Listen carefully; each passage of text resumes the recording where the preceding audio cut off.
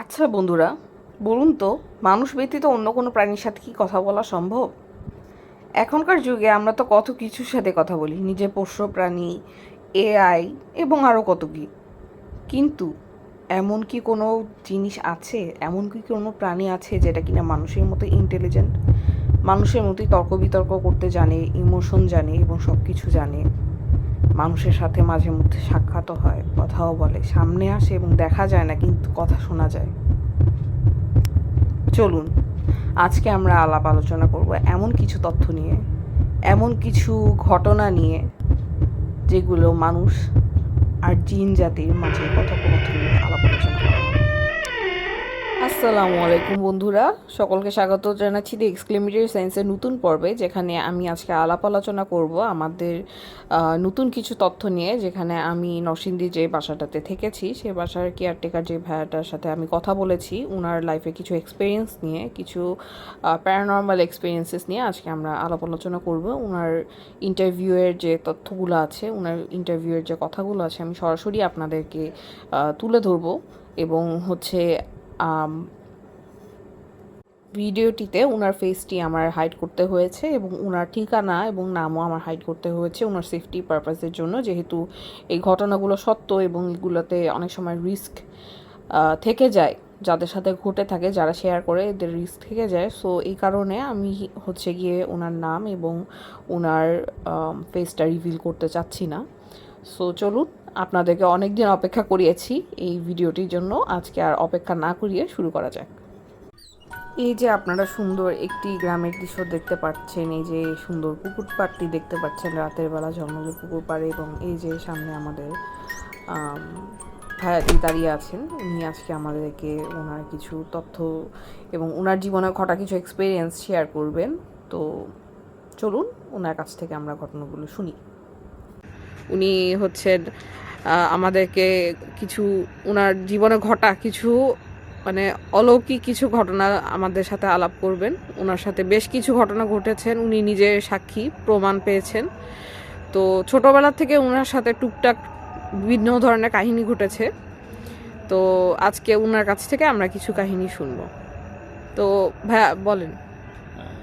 ওই বিলের পার আমরা তো টেড়া দিয়ে মাছ মারতে যাই, তখন আমরা গাছের মধ্যে দেখলাম বিড়াল, অনেক বিড়াল গাছের ডালায় ডোলায় পুরো গাছের মধ্যে পাতানিয়া ডালার মধ্যে বিড়াল, সাদা সাদা বিড়াল। কিন্তু লাইট মারলে কিন্তু আমরা বিড়াল দেখি না, খালি চোখের আলো দেখি বাতির মতো। এই যে এরকম ঘটনা, তখন আমার সাথে যে ছেলেটা সাহেব বলতেছে যে না এখানে যাবো না ভাই, সমস্যা। কি সমস্যা? এখানে যে ভয় পাইতেছে, ভয় আটকেছে, এখানে যাবো না, তো আমরা একটু পিছনে সামনে আসবো, ঠিক আছে। আমরা এখান থেকে গাইডটা করে গেলাম, তো সামনে গেছি পরে দেখি গাছের ডালা প্রচুর ভাই ঝুঁকিতেছে, কিন্তু আমরা কোনো মানুষ দেখি না। তখন সে ইশারা দিয়ে বলতেছে, তারপরে না করছি আইতে গেলে ধরে এদিক দিয়ে আসস কে লিগা, আমি জিজ্ঞেস করি কে আপনি রাফারেনি। মানে ওয়ার্নিং দিচ্ছে কিন্তু কাউকে দেখা যাচ্ছে না যে কে ওয়ার্নিংটা দিচ্ছে। কে আমারে বলতেছে, আমি তো কোনো লোক দেখি না। আচ্ছা আচ্ছা। আমার বললো যে আজকে তো করে লাস্ট ওয়ার্নিং দিলাম, তো আর কোনো সময় এদিক দিয়ে আসবি না। তা আমরা বললাম যে ঠিক আছে, আপনি তখন বলছেন আজকে পরে আর আসবো না, আমরা অন্য সাইডে যাই। আজ যে বাচ্চা গেলি এই জন্য তোরা আমার সামনে হলি না, কিন্তু সামনে হলে তোরা যে খবর এই তোরা যা বাচ্চা গেলি আছে যাই গিয়া। তা আমরা একটু সামনে আগে গেলাম, সামনে আগে গিয়া পরে আসলাম। কিন্তু এটা কি জিনিস ছিল, কিন্তু এটা আমরা কোনো মানুষও দেখলাম না, কোনো কি জিন নাকি আমরা দেখলাম না কিছু, কিন্তু ইশারা কথা বললো, কিন্তু আমাদের সামনে কোনো মানুষ লোকজন দেখলাম না। এইগুলো আমাদের এই মাছের ধরার ইগুলো। আচ্ছা, আর তারপরে যে মাছের যে আপনি যে একটা মানে ভারী ফিল করছিলেন, বললেন যে মাছের যে ঝুড়ি না কি জানো, ওটা কি কি জানো বলে ওটা? এখানে আমি ওইখান থেকে ওই যে মাছের ডুলা বলে, তখন আমরা বিলের থেকে টেড়া দিয়া মাছ ধরতাম। আমরা আলো দিয়া মাছ ধরে টেড়া দিয়া ডুলার মেঝে থুইতাম। এই ডুলা নিয়ে যাইতেছি যে, তো এখানে যাওয়ার ভূতের মেঝে তো ওইখানে কোনো বাড়িঘর ছিল না, আগে জঙ্গল ছিল। ওইখানে বিড়ালের আক্রমণ ছিল আর কি। আচ্ছা। তো এই বিড়ালের আক্রমণ দেখে আমরা ভয় পাইছি, কিন্তু সামনে আগে ছিলাম সাহস করে, কিন্তু আগে দেখি লাইট মেরে কিচ্ছু নাই, কিন্তু দূরে আসলে সাদা বিড়াল, খালি বিড়াল আর বিড়াল দেখা যায়, পুরা গাছ জুড়া বিড়াল, মানে ফুলের মতন দেখা যায়, সাদা গোলাপের মতন, খালি বিড়ালের তারা কিছু মানে গাছটাই মনে হয় যেন বিড়ালের গাছ এরকম। কিন্তু দিনের বেলা কোনো দেখলাম না, রাত্রের বেলা এখানে গেলে খালি বিড়ালের আস্তানা, সাদা সাদা বিড়াল। আচ্ছা। আর আমাদের বিলের এই পশ্চিম সাইডে যে গুরুস্থান আছে, ওইখানে আমরা বাজার থেকে আসার পথের মেয়েদে আমার বাবা বাজার করে টুকরি দিয়া মাছ দিছে আর কিছু কাঁচা বাজার করে দিছে। তা আমার বাবার তাদের আগে আগে আমি আইতে আসছি, কিন্তু আমার মাথা আমি আস্তে আস্তে এত ভালো লাগতেছে, কিন্তু আমি বুঝতে পারি নাই। তা আমার আব্বারে ডাক দিলাম, ডাক দেওয়ার পরে দেখি যে আব্বা আমার তো মাথার মেয়েদে এত ভারী লাগতেছে, কি লিগে কি পূজা দিছেন? আব্বাই কত দাঁড়া, আমি দাঁড়াই রয়েছি। পরে দেখি যে আব্বাই এসে পাতি নামাইলো, টুকরি নামায় দেখে আমার টুকরির মেয়েদের মাছ নাই। মাছ কি করছো? আমি বলতে পারি না, আমি তো টুকরি মাথার মধ্যে রাখছি, কিন্তু এখন টুকরি নামায় দেখি মাছই নেই গিয়া। তো আমার দিকে ভয়টাই পাইছ? আমি না ভয় পাইছি না, কিন্তু মাথার মেয়েদের এত ভালো লাগলো কেন ওইটাই আমি বলতে পারবো, আর কিছু বলতে পারবো না। আচ্ছা আচ্ছা। বাজার থেকে আসতেছি, এই টুপি নিয়ে বাজার নিয়ে আমার আব্বাই মাথার মধ্যে বাজার দিয়ে দিছে। আমার বোনে একটা চই নিয়ে, মানে আব্বাদের যে চইয়ের মেয়েদের বসে বসে বিক্রি করতো, মানে দাঁত খোয়াইতো আবার লাগাইতো। ওদিক দিয়ে বাজার করে রাতে করে আসতেছি, তো আমি করছি কি টুকরি নিয়ে আগে আসতেছি বলে দিয়ে আমার মাথা প্রচুর ভালো লাগতেছে। আমার টুকরির মধ্যে ছিল কাঁচা বাজার আর হইলো মাছ, ইলিশ মাছ।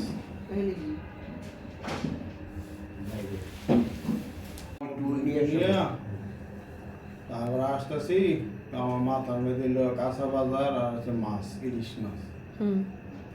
আমার মাথার মধ্যে দেখলাম যে পাতলা লাগতেছে, তো আমি সবার আগে আসতেছে দূরে আসতেছি।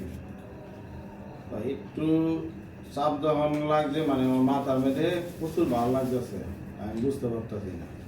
আমি নিলাম এত পাতলা, এত ভারী হইতেছে কেন? এই সিস্টেম করে আমার বাবার ডাক দিলাম, বাবা আমার মাথার মধ্যে এত ভালো লাগতেছে কেন? এটা একটু বড় হওয়ার পরে কাহিনী। হ্যাঁ, তারপরে এটা তখন এই যে গোরস্থান, পুকুর, আচ্ছা আচ্ছা, পুকুর ডাইজেন গোরস্থানটা এখানে। আচ্ছা আচ্ছা। এখানে আবার এই প্রচুর জঙ্গল আর কি। পরে আমরা কইতেছে তুই এত আগে আসছিস কেন গিয়া? পরে আমি বললাম মাথার পূজা কম দাও, এই জন্য আমি একটু আস্তে আমরা কথা বলতেছেন, তো আমি আস্তে আস্তে মানে আস্তে আস্তে একটু আগে গেছি গিয়া। পরে আমরা কত দাঁড়া দেখি ভাতির মধ্যে কি সবাই সময় দেই, আর পাতি নামাইছি, মানে টুকরিটা নামাইছি বলে দেখি মাছ নাই। ওই কিরে ভাতি তো ভাতলো ওই বাড়ি, আমি তো আবার দিন মাথা না, এখন তো কোনো বাড়ি নেই, একর ফাতলা, ওই মাছ লেগে গেছে গা, মাছটা লেগে গেছে গা। তা কি করবো, তোমাকে আবার হাতের মেয়েদের ছিল একটা হারকেল, কেরাসিন তেলে হারকেল, তোমাকে প্রতি মঙ্গলবার শুক্রবার হাট ফিরা আর রাত্রে বাজার ফিরা নিয়ে আসতো বাড়িতে। এরকম করে আসলাম, আসে দেখি যে মায় আমার জিজ্ঞেস করে কি হয়েছে, ডরাইছে নিয়ম করে না, আমি কোনো ভয়টা পাইছি না, কিন্তু আমার মাথা নিয়ে খুব ভালো লাগছে। আর টুকি নামায় দেখি, আমার মাথার মেয়েদে দেখি যে টুকি নামাই মাছ নাই, মাছ গেলে গেছে, কিন্তু ভয়টা পাইছে না, আমি কই না টুকি। আচ্ছা, তারপরে যে পুকুরের ঘটনা কি একটা যেমন ছিল আপনার? আমার আরেকদিন গিয়া আমাদের বাড়ি এখানে একটা জাম গাছ ছিল, এটা খুব খাড়ো আর কি। ওই পুকুরে এখন আমাদের বাড়ি এখানে মোটা একটা জাম গাছ ছিল, খাটো। সন্ধ্যার সময় আমি ঘর থেকে বাড়িছি, মানে আজানের একটু ঠান্ডা, পরে দেখি আমার একজনে ডাকতেছে, আমি ডাক দিল, আর এরকম হয় আমাদের বাড়ি থেকে সন্ধ্যার সময় ঘর থেকে বাড়িছি পরে দেখি জাম গাছের মেঝে ধরে ফাতার মেঝে ধরে টানতেছে, তো আমার ডাকতেছে ইশারা দিয়ে ডাকতেছে। কে কে ডাকছে? মহিলা, মানে চিনেন না? না। পরে আমি মারে ডাক দিলাম, মা কি হয়েছে? আমি কই জাম গাছের তলে একটা মহিলা ডালা ধরেছে কিন্তু ডাকতেছে, তো মারে লেগে গেলাম নাই। আবার একলা গেছি, আচ্ছা, চেহারা দেখা গেছে তার?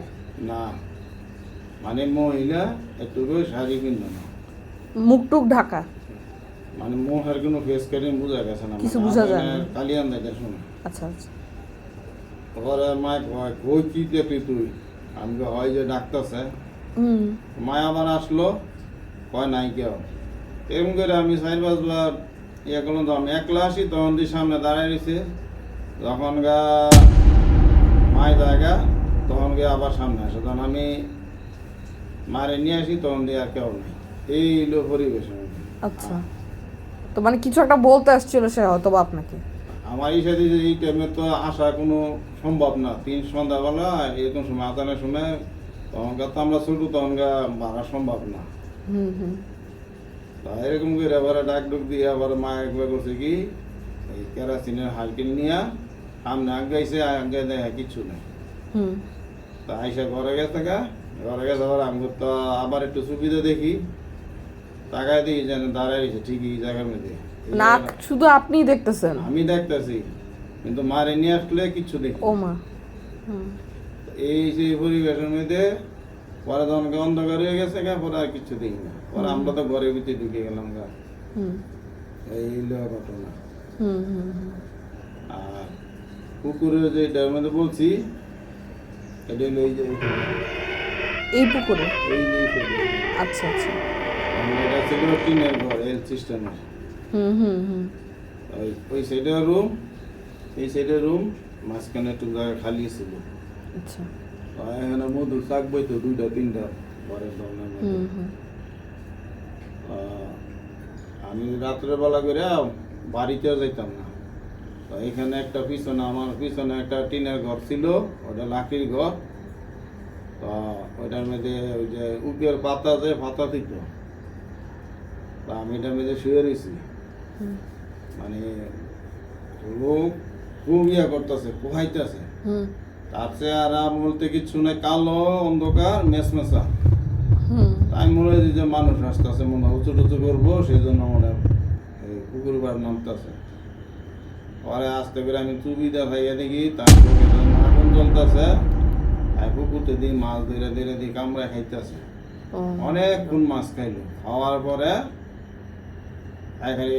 হ্যাঁ করতে কোয়াইতেছে, এরকম করে অনেকক্ষণ ইয়ে করলো। পরে আমি খালি আল্লাহরে ডাকতেছি, আল্লাহ আমি একলা না জানি ঘরে ভিতরে আবার ঢুকে, তো আমি আর বাঁচতাম না। তার গঠনটা কি মানুষের মতোই ছিল? একবারে পুরো মানুষের মতন, কিন্তু চেহারাটা কালো, মানে চোখটা যেমন লাল আগুনের মতন, যেমন খালি বাড়ি। আচ্ছা আচ্ছা। এটা মাছ কেমনে ধরে ধরে খাইলো, খালি হাত দেয় আর মাছ ধরে ধরে খায়, মাছ দেয় আর ধরে ধরে খায়।